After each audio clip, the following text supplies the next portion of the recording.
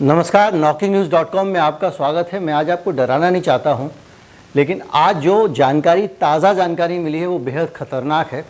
और हालत ये है कि आपकी धन संपत्ति से लेके आपके जीवन का हर पहलू, आपके संबंध, आपके निजी संबंध, आपके ऐसे संबंध जो आप गोपनीय रखना चाहते हैं, आपकी कमज़ोर नस, आपकी कमज़ोरी और आपकी प्रॉपर्टी, ये सब अब आपकी होते हुए भी आपकी तब तक ही है जब तक सरकार चाह रही है।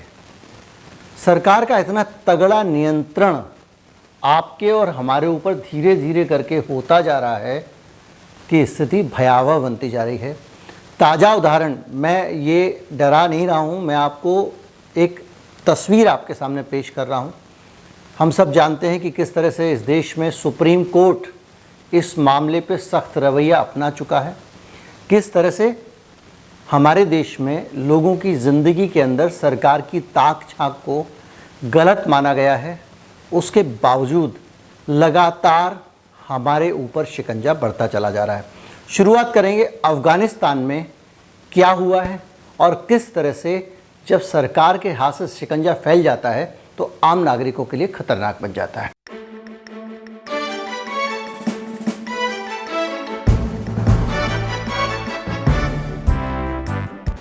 एक शब्द से शुरुआत करते हैं। शब्द है HIIDE, यानी handheld inter agency identity detection equipment, यानी हाथ में पकड़ने वाला अलग अलग एजेंसीज़ के बीच का आइडेंटिटी पहचान डिटेक्ट करने वाला इक्विपमेंट। मसलन कि अगर तालिबान कहीं पे खड़े हुए हैं और वो कुछ कर रहे हैं और उनको अगर ये पहचानना है कि ये आदमी किस एजेंसी से जुड़ा है कि नहीं जुड़ा है, तो एक स्कैनर इतना बड़ा उनके हाथ में होगा, कैमरे जैसा, उससे वो आँख की पुतली को आपके स्कैन करेंगे और पहचान लेंगे ये आदमी कौन है, किसके लिए काम करता है और इसने अब तक अफ़गानिस्तान की सरकार के लिए या CIA के लिए या अमेरिका के लिए क्या क्या काम किया है। और ये पूरा का पूरा सिस्टम, ये डिवाइस, इसका सॉफ्टवेयर, इसका पूरा डाटाबेस अब तालिबान के हाथ में लग गया है। और ये बड़ा कंसर्न है, पूरी दुनिया में वाइडली ये खबर प्रकाशित हुई है, क्योंकि इसके हाथ लगने का मतलब ये है, मैं आपको सिर्फ इतना बता दूं कि इसमें जो आपका बायोलॉजिकल डाटा होता है, आपकी पहचान का जो डेटा होता है, आपकी जो पहचान से संबंधित जानकारियां होती हैं, आप कौन हैं, क्या करते हैं, आपका सरकार से क्या समाधान है, आपने कब बुलेट प्रूफ जैकेट की जानकारी दी थी, आपने कब ब्लास्ट करने वाली जैकेट किस किस के पास है, कहाँ जा रही है, इसकी खबर दी थी, कौन मुखबिर है, वो सारी बातें जो CIA तक पहुँचती थी या अफ़गानिस्तान की सरकार तक पहुँचती थी, उन सारी चीज़ों का डाटा एक सर्वर में पड़ा हुआ है। और वो डाटा अब तालिबान के पास पहुंच गया है। वो हाईली सिक्योर डाटा है। इनको डाटा को कैसे मैनेज करते हैं ये एक मुश्किल काम है, लेकिन तालिबान के पास में एक पूरी की पूरी विंग है जो यही काम करती है। और इस स्पेशल यूनिट को कहते हैं अल-ईशा। अल-ईशा में बहुत सारे एक्सपर्ट हैं IT के तालिबान के पास में। ये मत सोचिएगा कि तालिबान पठानी सूट पहनकर और गमछा डाल के और बंदूक लेके सड़कों पर घूम रहे लोगों का नाम है।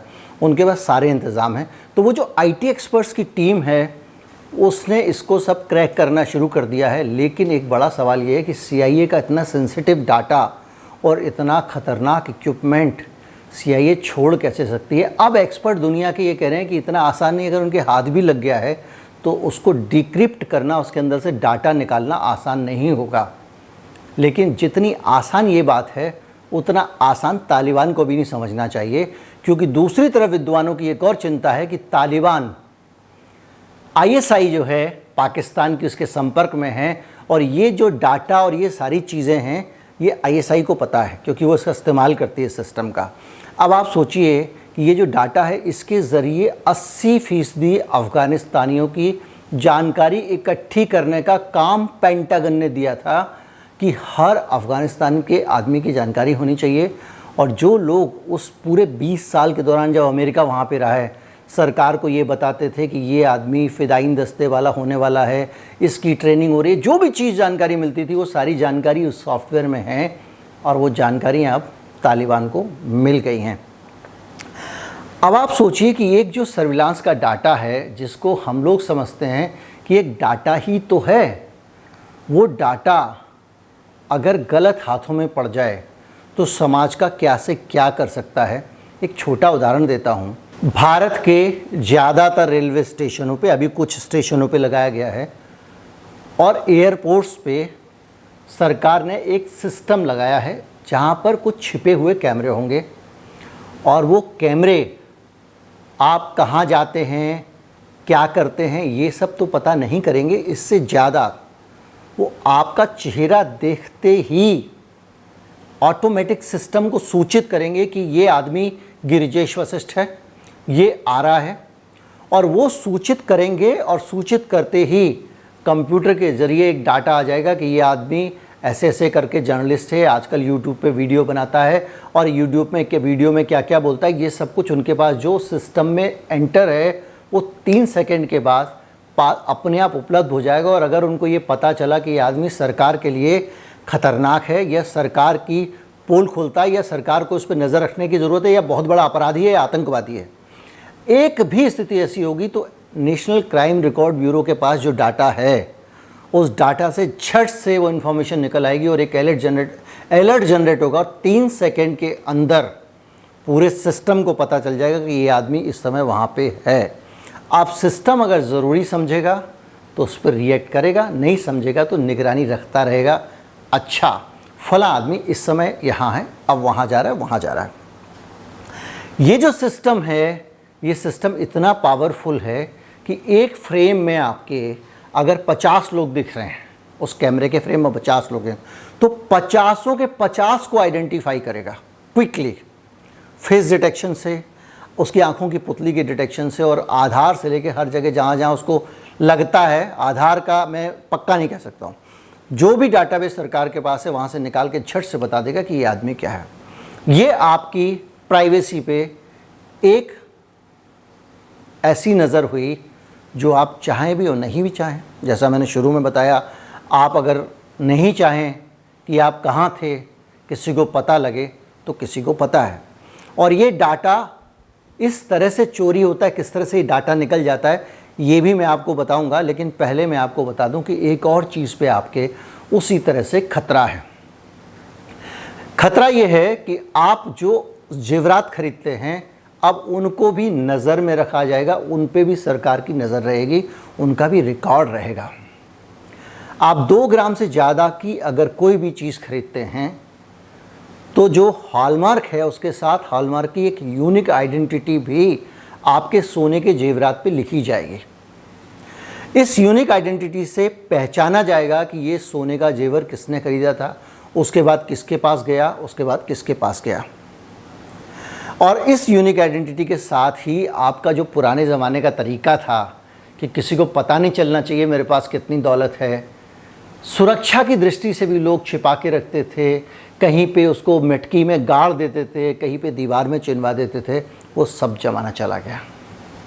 और अब ये इतनी बड़ी व्यवस्था हो गई है कि 2 ग्राम से ऊपर के जेवर की अगर इन्फॉर्मेशन नहीं, अगर एक जेवर भी मिल गया, अचानक एक इंस्पेक्टर पहुंचेगा सरकार का और चेक करेगा, भाई साहब आपके यहाँ ये 2 झुमके हैं, इस पर तो डला ही नहीं है नंबर, ज्वेलर अंदर, सीधे जेल में। ये स्थिति आई है। और अब इस स्थिति के बाद में आप सोचिए कि आपका जो धन दौलत है, रुपया पैसा है, वो कितना सरकार की नज़र में है। लोग कहते हैं कि न्यू वर्ल्ड ऑर्डर, यही न्यू वर्ल्ड ऑर्डर है और क्या है, आपकी एक एक चीज़, एक एक संपत्ति सरकार के पास में, और वो सरकार से किसी और सरकार के पास कैसे पहुंचती है, इसके बारे में मैं आपको आगे बताऊंगा। लेकिन उससे पहले मैं ये बताऊं कि प्राइवेसी को लेकर आपके अधिकार क्या हैं। सुप्रीम कोर्ट की 9 जजों की बेंच ने इस देश में एक लैंडमार्क फैसला दिया था। उसमें उसने कहा था कि इस देश में जो लोग हैं उनकी प्राइवेसी, उनकी निजता, उनका मौलिक अधिकार है। निजता का अधिकार नहीं, निजता का मौलिक अधिकार। इन दोनों में क्या अंतर है? अगर सरकार एक अधिकार आपको देती है तो कानून बनाकर वापस ले सकती है, लेकिन जो संविधान में मूल अधिकारों में लिखा हुआ है, आर्टिकल 21 में लिखा हुआ है मौलिक अधिकार, उसको नहीं पलट सकती। यही वजह थी कि आधार को मैंडेटरी नहीं किया जा सका और इस कानून को सरकार भी नहीं बदल सकती। जो संविधान में जो मूल अधिकार हैं उनको कोई भी सरकार भी वापस नहीं ले सकती है। इतनी सुंदर व्यवस्था हमारे लोकतंत्र में बनी हुई है। अब इस अधिकार के बावजूद आपका कैसे खतरे में है, आइडेंटिटी कैसे खतरे में है? सरकार ने वहाँ तो मना कर दिया, यहाँ चुपचाप डाटा कलेक्ट कर रही है। देश की सुरक्षा और आपकी सुरक्षा का नाम है। तो मैं आपको बताता हूँ डाटा कैसे लीक होता है। एक स्टोरी बाकायदा दैनिक ट्रिब्यून, द ट्रिब्यून अखबार है, उसने लीक की थी। राजस्थान में लोगों का फिंगरप्रिंट का, चेहरे का, इसका उसका डाटा आधार में 50% से ज़्यादा गलत आता था।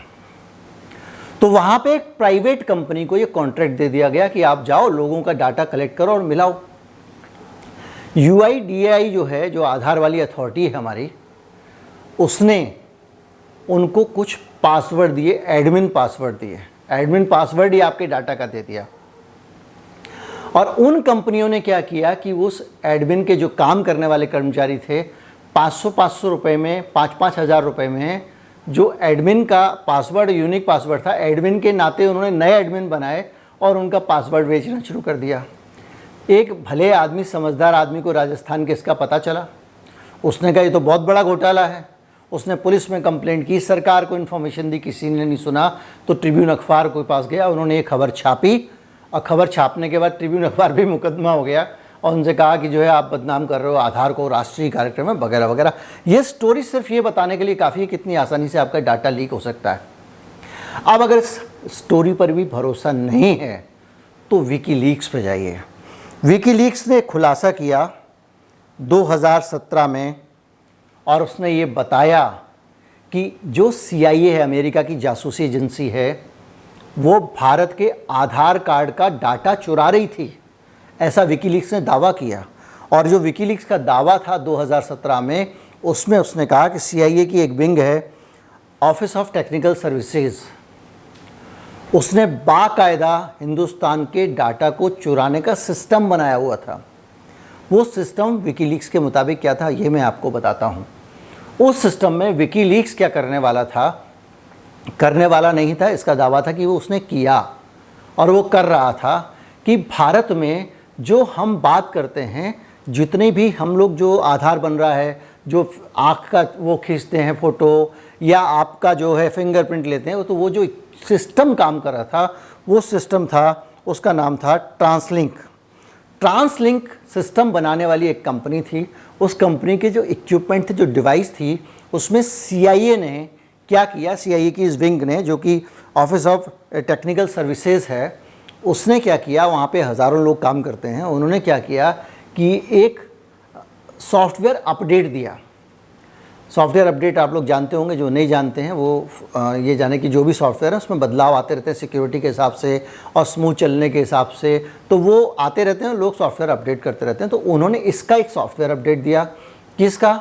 ये जो इंटरलिंक के जो सारे के सारे इक्विपमेंट थे इनका।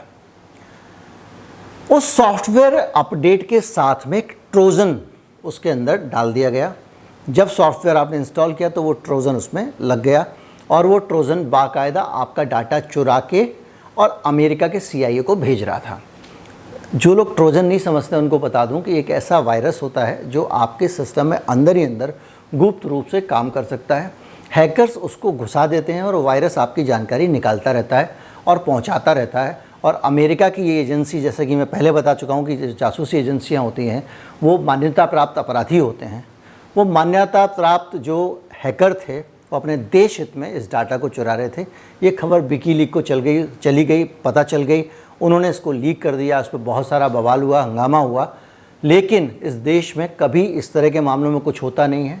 आपने देखा पनामा लीक्स में क्या हुआ था, वहाँ तो नवाज़ शरीफ की कितने राष्ट्राध्यक्ष नपे थे उसमें। वहाँ नवाज आज तक जो है वो साउथ अफ्रीका के राष्ट्रपति के खिलाफ जांच चल रही है। नवाज शरीफ की तो गद्दी चली गई, लेकिन हमारे यहाँ पनामा लीक्स में कोई नहीं हुआ, कुछ नहीं हुआ।